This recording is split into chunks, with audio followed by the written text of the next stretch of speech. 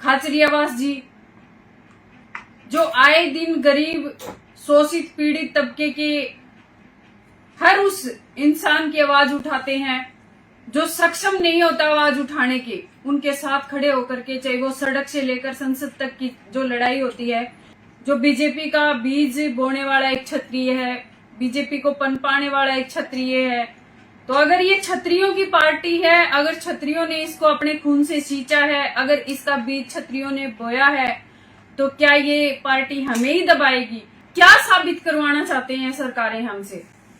या तो हम बिल्कुल ही बॉयकट कर दें कि हमें किसी पार्टी से कोई लेना देना नहीं है, कि क्षत्रिय ने लड़ना जरूर सीखा है मगर पीछे हटना नहीं सीखा। खाचरियावास जी, इनको दबाने की कोशिश हो रही है। जय माता जी की, जय मां करनी, ओम नमो बुद्धाय, जय श्री राम, जय मारना। आज का मेरा लाइव आने का उद्देश्य, जो हमारे समाज पे कभी तो लोग गलत टिप्पणियां करते हैं, कभी महापुरुषों के बारे में गलत बोलते हैं, कभी महापुरुषों की मूर्तियां तोड़ी जाती हैं। आखिरकार ये हो क्या रहा है, किसी की समझ में नहीं आ रहा, समझ से परे हो रहा है। अभी कल की बात है कि हमारे समाज के पूर्व मंत्री खाचरियावास जी जो आए दिन गरीब शोषित पीड़ित तबके के हर उस इंसान की आवाज उठाते हैं जो सक्षम नहीं होता आवाज उठाने के, उनके साथ खड़े होकर के, चाहे वो सड़क से लेकर संसद तक की जो लड़ाई होती है, वो खाचरियावास जी हमेशा लड़ते हैं और हम उनका सभी सम्मान करते हैं। सभी को पता है वो हमेशा सभी को साथ लेकर के चलते हैं।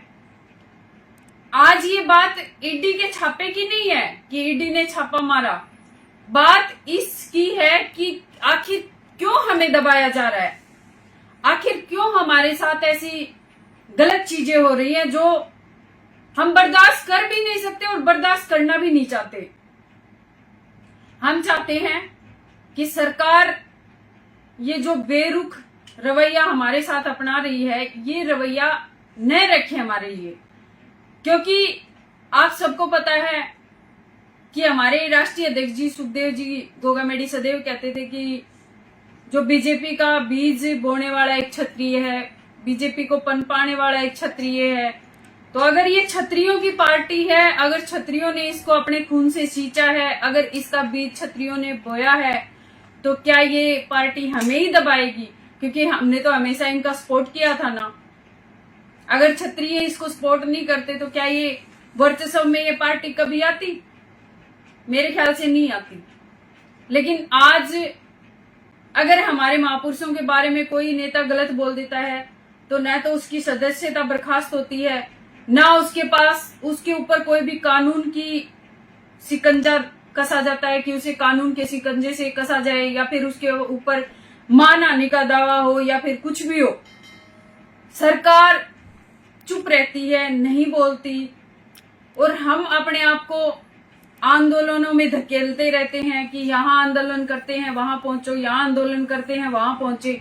आखिर क्यों? आखिर क्या साबित करवाना चाहते हैं सरकारें हमसे? या तो हम बिल्कुल ही बॉयकट कर दें कि हमें किसी पार्टी से कोई लेना देना नहीं है। अगर ये है तो भी सरकारों को हमें जवाब देना चाहिए कि हमें क्षत्रियों की जरूरत ही नहीं है, हमें राजपूतों से कोई लेना देना ही नहीं है, तो हम अपने आप अलग हो जाएंगे, साइड हो जाएंगे। लेकिन हमें इस तरह के बर्ताव में ऐसे दबाने की कोशिश ना करे कोई भी, क्योंकि ये जब भी होता है तो हमारे मान स्वाभिमान, हमारे शौर्य पर उंगली उठती है। क्योंकि आपको पता है कि क्षत्रिय ने लड़ना जरूर सीखा है मगर पीछे हटना नहीं सीखा। हो सकता है टाइम लग जाता है, मैं ये नहीं कहती कि हाथों हाथ जवाब भी मिलता, मैं ये कहती हूँ कि हो सकता है टाइम भी लग जाता है, लग जाए टाइम, लेकिन हम ईंट का जवाब पत्थर से जरूर देते हैं। चाहे टाइम में थोड़ा अदला बदली हो सकती है, लेकिन ईंट का जवाब हम पत्थर से जरूर देते हैं, और ये टाइम आने पे हम दिखाएंगे भी और आप देखेंगे भी।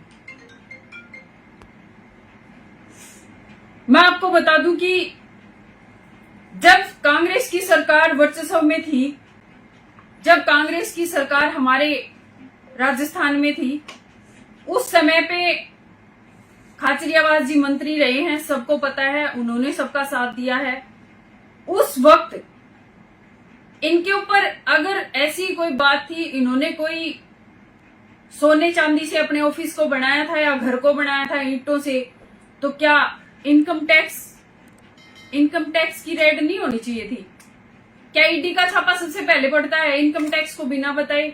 मेरे ख्याल से तो सबसे पहले इनकम टैक्स को वहां पे पहुंचना चाहिए था, उसके बाद अगर कोई कार्रवाई होती थी तो ईडी को आना चाहिए था। अब मैं ज्यादा बातों पे नहीं पहुंचूंगी, मैं आप सबसे यही कहूंगी कि देखिए, ये जो करनी सेना है, सुखदेव सिंह गोगामेडी की जो करनी सेना है, इसका बनाने का एक ही उद्देश्य है कि जहां भी, चाहे कोई समाज का व्यक्ति हो, जहां भी जरूरत पड़ेगी हम उसके साथ खड़े होंगे। जो न्याय की लड़ाई होगी उसमें हम सदैव सबसे आगे रहेंगे। और आज फिर हमारे जो भाई हैं पूर्व मंत्री खाचरियावास जी, इनको दबाने की कोशिश हो रही है, क्योंकि ये जो कार्य करते हैं, जो एक सड़क से लेकर संसद तक का सफर तय करवाते हैं एक आम आदमी को, इनको कहीं ना कहीं अब हमारी सपोर्ट की जरूरत है। तो मैं सभी भाइयों से हाथ जोड़ के विनती करूंगी कि देखिए, अब वक्त चुप रहने का नहीं है, वक्त है ईंट का जवाब पत्थर से देने का। अब वक्त है हमें हमारी लड़ाई खुद लड़ने का। अब वक्त है आंदोलन का नहीं, जवाब देने का। अब हम आंदोलन नहीं, अब हम जवाब देंगे, चाहे वो सड़क पे खड़े होके, चाहे, मैं ये नहीं कहती कि भीड़ इकट्ठा करो, मैं ये कहती हूँ कि चाहे अकेले खड़े हो लेकिन मजबूती से खड़े हो। आप सबको पता है कि क्षत्रिय ने जब लड़ाई लड़ी है ना, तो उस वक्त उसकी लड़ाई तोपों के सामने, हाथियों के सामने होती थी। आप मुझे ये बताइए, क्या क्षत्रिय उन तोपों और हाथियों से नहीं डरा जो जिंदा इंसान को कुचल देते थे? उन खूनी हाथियों से नहीं डरा जो तोपों के सामने खड़े होने से नहीं डरा? तो क्या ये सरकारें हमें डरा या दबा देंगी? नहीं दबा पाएंगी, हमारे हौसले को नहीं दबा पाएंगी। हम इस हौसले से चलेंगे और खाचरियावास जी के साथ रहेंगे। और मैं अभी तो सिर्फ सरकारों को सिर्फ यही कह रही हूं कि देखिए, हमारे साथ कुछ भी गलत करने से पहले 100 बार सोच लीजिए, क्योंकि हम पलट के जवाब जरूर देंगे। वक्त लग सकता है लेकिन जवाब कंफर्म देंगे। इसलिए खाचरियावास जी को अकेला न समझे, हम पूरा, हमारा समाज उनके साथ खड़ा है। जहां भी गलत होगा, ये करनी सेना उनके सपोर्ट में खड़ी है, चाहे वो कहीं भी गलत हो। हम उसके गलत जो होगा उसको मिटाने के लिए ये करनी सेना बनाई गई है और उस गलत को खत्म करने के लिए करनी सेना बनाई गई है। इसलिए मैं सभी सरकारों से सिर्फ अभी तो विनती कर रही हूँ कि ऐसा कुछ भी ना हो कि हमें उग्र आंदोलन करना पड़े। अदरवाइज अगर खाचरियावास जी हमें कहेंगे तो हम उनके साथ कंधे से कंधा मिलाने के लिए और उनका सहयोग करने के लिए सदैव उनके साथ खड़े रहेंगे। सभी को जय माता जी की, जय मां करनी।